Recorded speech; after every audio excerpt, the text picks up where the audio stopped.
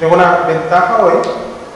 Si sale mal la predicación, como está mi profesor de homilética, lo pueden acusar directamente a él. Entonces es un gusto contar con la presencia del profe para tener a quien acusar.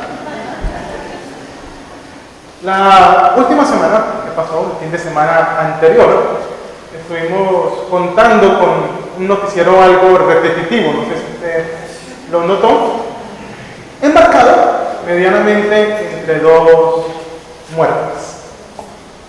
Por un lado, una muerte que es habitual recordar, es la muerte de nuestro Señor Jesucristo y su resurrección.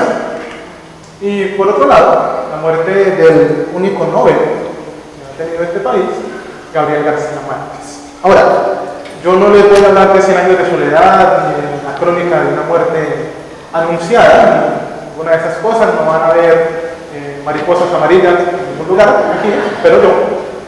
Pero me llamó mucho la atención, no tanto la muerte de García Márquez, personas de esa edad, es normal que se mueran, básicamente, pero no herir susceptibilidades, pero me llamó la atención, no estaba pensando en nadie en particular, me llamó la atención un Twitter en referencia a García Márquez.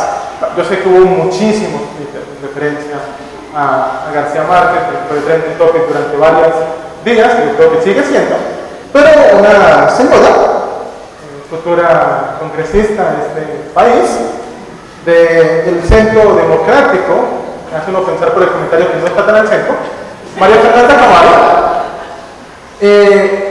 puso una foto de García Márquez con Fidel Castro, una foto de cuando ambos eran barbados y la barba era aún negra, una foto un tanto antigua, y dijo, pronto estarán juntos en el infierno.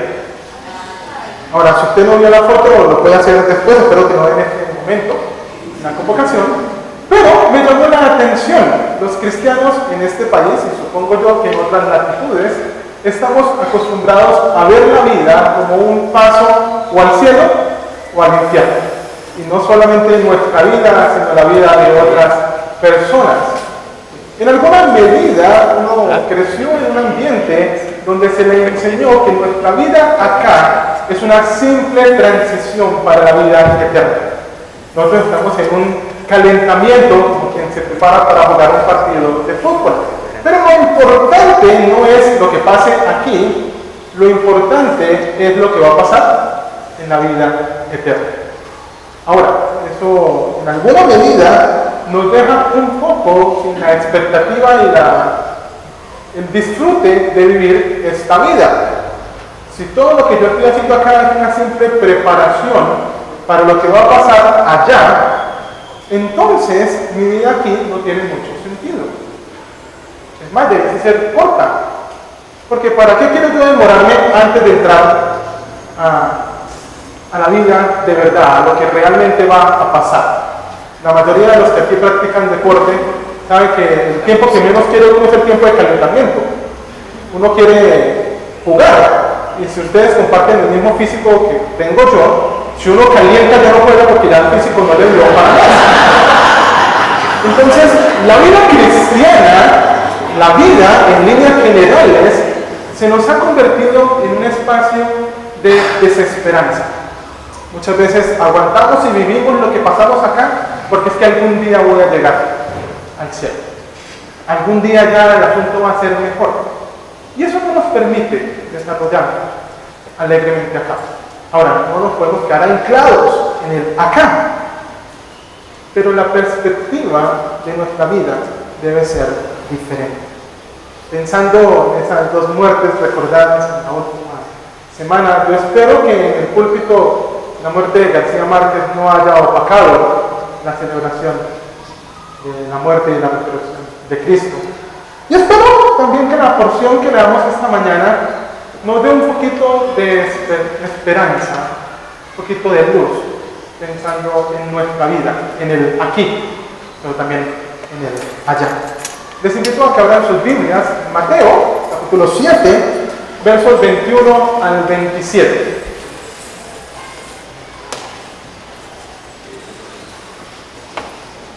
Mateo 7, 21 al 27. Debo decir que este pasaje lo estaba reflexionando antes de que me invitara a predicar. Y estaba reflexionando en este pasaje y después, en medio de la reflexión que hay en cuenta, después de la invitación que es del Sermón del Monte, y pensé, bueno, ¿será que sí quiero predicar un pasaje del Sermón del Monte en convocación? Y también pensé, ¿será que sí quiero predicar un pasaje de Mateo mientras los estudiantes están viendo evangelios sinópticos en clase? Pero sí, quedamos ahí. Mateo 7. No todo el que me dice Señor, Señor, entrará en el reino de los cielos, sino solo el que hace la voluntad de mi Padre que está en el cielo.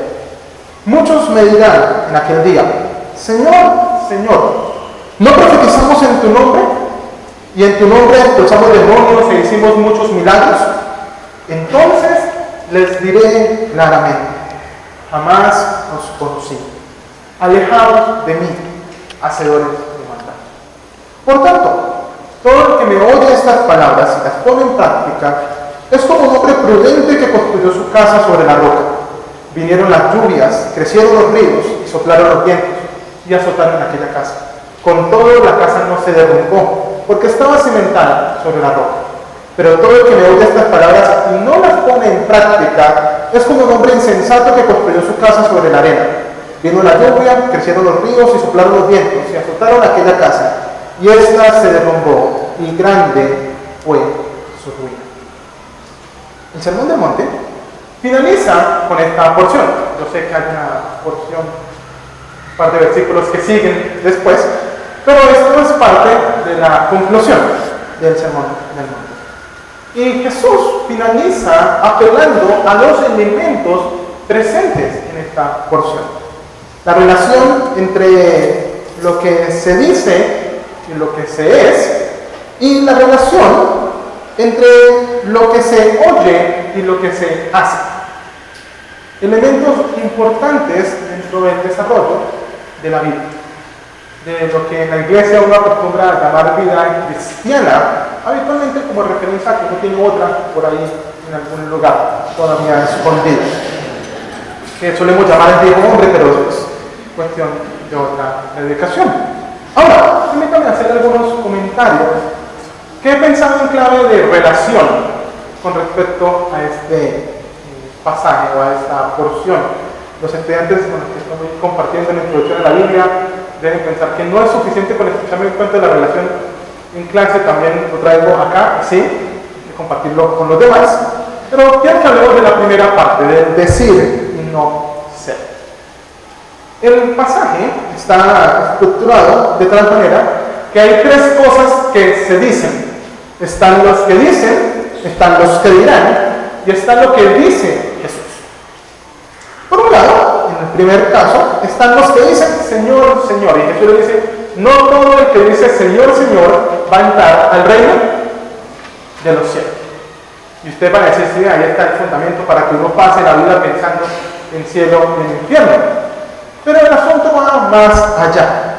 Y es que uno puede hablar muchas cosas, puede hablar muy chévere, muy bonito, puede decir muchas cosas de demostrar una correcta teología, o aunque sea una supuesta correcta teología, aunque sea una teología lo suficientemente estructurada para confundir a la gente de la iglesia, en medio de lo que se dice, pero no hacer ninguna de esas cosas. Uno está acostumbrado a pensar que entre el dicho y el hecho hay mucho trecho. Y uno ya se lo sabe y no lo sabemos tanto que lo vivimos sin ninguna dificultad. En un oficio, en una vocación, en un ministerio, en una profesión, en una labor, en una ocupación, usted póngale el sinónimo que quiera, como la nuestra, eso se convierte en algo muy peligroso. Y a mí me asusta mucho. Y me asusta egoístamente, me asusta pensando en mí, en que uno puede decir muchas cosas, sin que en la vida de uno esas cosas signifiquen algo. Y uno puede llegar cada domingo a la iglesia, cada sábado, miércoles, viernes, el día que usted vaya, y predicar. Y querer que la vida de las personas que están escuchando cambie, sin que su vida esté siendo confrontada con la palabra de Dios. No todo el que dice Señor, Señor, entrará en el reino de los cielos. Podemos hablar muchas cosas, pero la contraposición que pone Jesús en el pasaje es el que hace la voluntad del Padre. Voluntad de la que ha venido hablando en el sermón del monte, con elementos muy prácticos, muy del día a día, del hacer la voluntad de Dios. No solo decir, uno puede decir muchas cosas, pero no hacer nada de eso. Ahora, uno se siente contento porque es que uno hace. Nosotros hacemos. Y en una iglesia común, promedio en nuestra época, empuja a la gente a hacer en la obra. No conozco yo iglesias donde el hermano llegue y le diga, no, hermano, usted tranquilo, quédese sentado, no haga nada, disfrute de la culpa. Habitualmente uno quiere que los hermanos participen de la obra del Señor. Y el ministerio es un elemento de tiempo completo, tiempo y medio, 2 tiempos, y por ahí. La mayoría de personas ubicadas en cualquier ministerio al interior de la iglesia cristiana, en cualquiera de sus expresiones, está preocupada por dar más. Está preocupada por hacer. Ahora, no necesariamente de una forma mala ni con malas motivaciones. Está comprometido con el obrar. Entonces, el problema nuestro es solamente que hablamos mucho. También nos gusta hacer mucho. Pero tenemos entonces los que dirán. Están los que dirán, Señor, Señor, ¿no profetizamos en tu nombre? Y en tu nombre expulsamos demonios e hicimos muchos milagros. Si yo pienso en mí, o sea, no profetizo, no he sanado enfermos, aunque sea no que yo sepa. Sí me han tocado varias liberaciones, más de las que yo quisiera, ¿sí? Pero no alcanzo el nivel de aquellos que han hecho todas esas cosas. Y de muchos otros que hacen muchísimas cosas en la obra del Señor y que sirven mucho y que uno se sorprende al ver las cosas que hacen. Pero al igual que en la porción anterior, me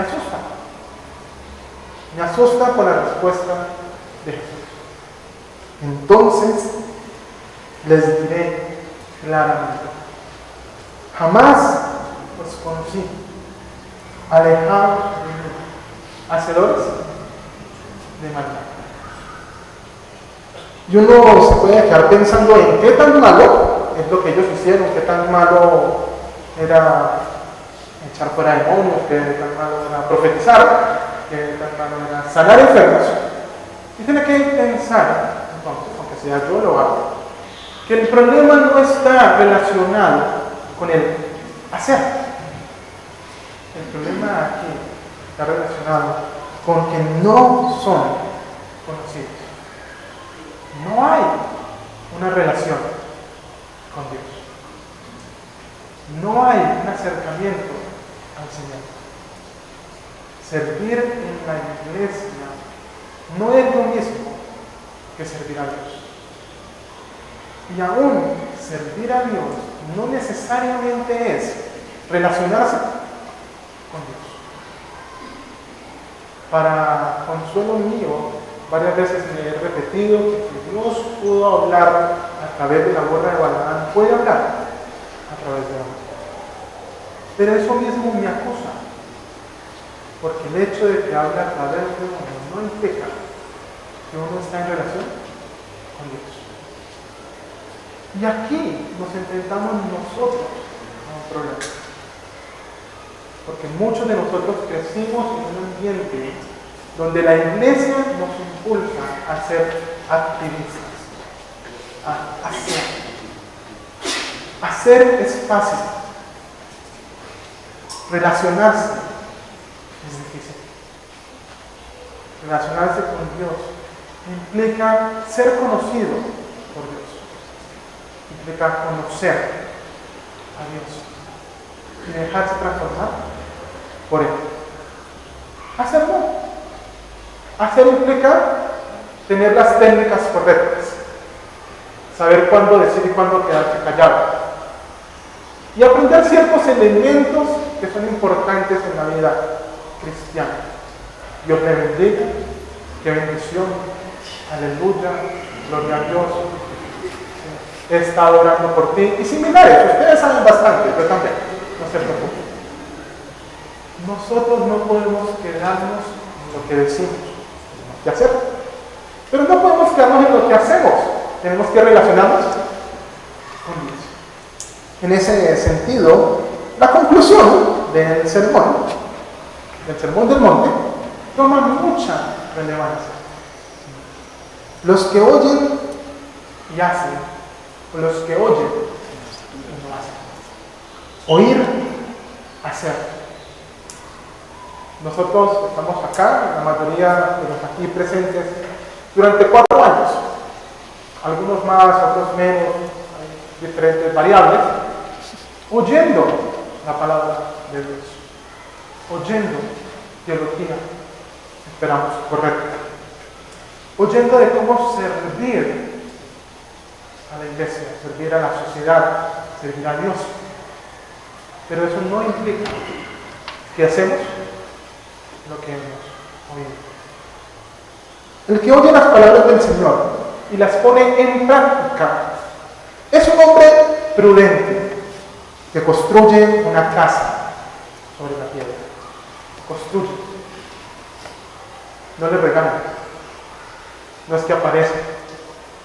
Él la construye. Sirve. Trabaja. Hace. Y se esfuerza. La construye sobre la piedra. Esta construcción no está libre de las problemáticas de la vida. Cuando se menciona la construcción de la casa, se dice que vinieron las lluvias, crecieron los ríos, soplaron los vientos y azotaron aquella casa. La construcción de esta casa no está libre de problemas. No porque sea poner en práctica la obra de Dios, la vida se solucionó. Y la mayoría de los aquí presentes lo sabe y lo sabe de sobra. Aún así, al poner en práctica, al hacer estas palabras oídas, la casa no se derrumbó porque estaba cimentada sobre la roca. Contraposición a eso están los que oyen y no hacen. El que oye las palabras del Señor y no las pone en práctica, también construye, también está trabajando, también está haciendo, pero no es considerado prudente, es insensato, y no construye su casa sobre la roca, la construye sobre la arena. Y cuando piensa uno en estas palabras, cuando yo estaba pensando en estas palabras, me cuestionaba lo fácil que puede ser construir un ministerio, en términos en que la gente lo entiende, sin necesidad de estar construyendo en el lugar correcto. No se acusa al segundo hombre de no construir. Se le acusa de construir como insensato, de construir donde no es. Y se enfrenta a las mismas problemáticas. A este hombre también le llueve, también le crecen los ríos, también lo azotan los vientos. Pero su casa es derrumbada y su ruina fue grande. La pregunta ahora, bueno, sí, está interesante el asunto, ¿y eso qué tiene que ver conmigo? Yo llegué acá a estudiar teología, sirvo al Señor de corazón, me relaciono con Él. ¿Qué tiene que ver eso conmigo?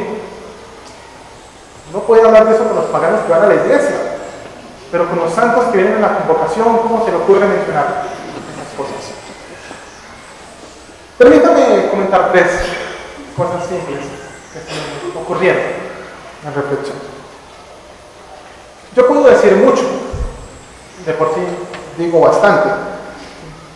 Puedo creer tener una supuesta correcta teología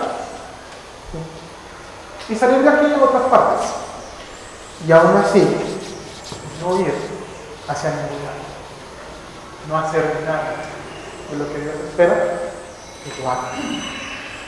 Entonces creo que debo hablar menos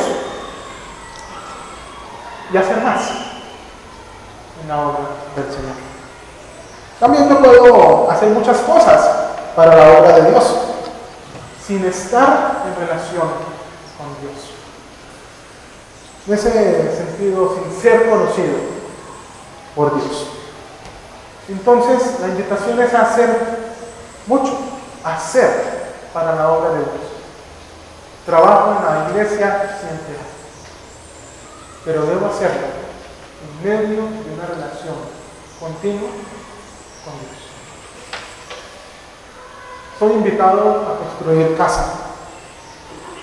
Soy invitado por Dios a construir casa basado en sus palabras. La relación con Dios se construye en el día a día, en lo que hago frente a Él, mi dependencia de Dios, mi relación con Dios, mi adoración a Dios, y lo que hago con mi prójimo, mi amor a Dios demostrado en mi amor al prójimo. Mi primer esfuerzo no debe ser alcanzar el mundo para que se rinda ante Dios. Mi primer esfuerzo debe ser reconocer día a día la necesidad que tengo de rendirme ante Dios para entender la relación con Él. Yo no sé si García Márquez se va al infierno o no. Tampoco sé si se va a encontrar con Fidel allá. Lo que sí sé es que lo que nosotros construyamos acá es esencial para el desarrollo de nuestras vidas. Más allá de una supuesta correcta teología, debemos tener una vida de relación con Dios. Y esa relación se va a ver reflejada en cada cosa que digamos, en cada cosa que hagamos. Es probable que no se nos haga a nosotros cuando hagamos un funeral de realismo mágico, ni que se toque vallenato con música clásica, ni que se nos hagan más misas de las que muchos habrán ido en su vida. Pero sí habremos vivido y seguiremos viviendo la vida eterna. Que el Señor nos ayude a estar en relación con Él, como prudentes que construyen su casa en relación con Dios. Oremos. Señor, yo te doy gracias, Padre, por la oportunidad de compartir tu palabra. Te doy gracias, Señor, por el llamado y la atención que haces a mi vida a través de ella. Por la oportunidad, Señor, de compartir ese llamado con mis hermanos en tu presencia. Te ruego, Señor, que en esta profesión de fe, en este vivir, tenemos, Señor, las palabras que hablemos concuerden con la relación que tenemos contigo. Te ruego, Padre, que lo que hagamos sea reflejo del amor por ti y de la dependencia de ti, Señor. Te ruego, Señor, que en la relación contigo construyamos nuestra vida, día a día, como hombres prudentes. Guárdanos de la apariencia, guárdanos de hermanos, guárdanos de nosotros mismos. Y ayúdanos, Señor, a reflejarnos en cada cosa que hacemos. Te glorificamos en Cristo Jesús. Amén. Amén.